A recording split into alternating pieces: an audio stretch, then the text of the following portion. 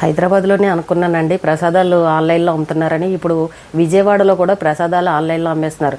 అయితే విజయవాడలో ఒక క్యాటరింగ్ వాళ్ళు ప్రసాదాలు ఆన్లైన్లో అమ్ముతున్నామని 599 రూపాయలు చిన్న బాక్స్ తోటి పులిహోర, చిన్న బాక్స్ దద్దోజనం, చిన్న బాక్స్ ఏమో చక్కెర పొంగలి, 11 బూర్లు, 11 గారెలు ఇవే కాంబోలాగా ఇస్తారట. 599 రూపాయలు అంటే 600 రూపాయలు పెట్టి మీరు కొంచెం కొంచెం ప్రసాదాలు కొనుక్కొచ్చి అమ్మవారికి నైవేద్యం పెట్టి ఆ పూటకు మీరు అవి తినాలన్నమాట.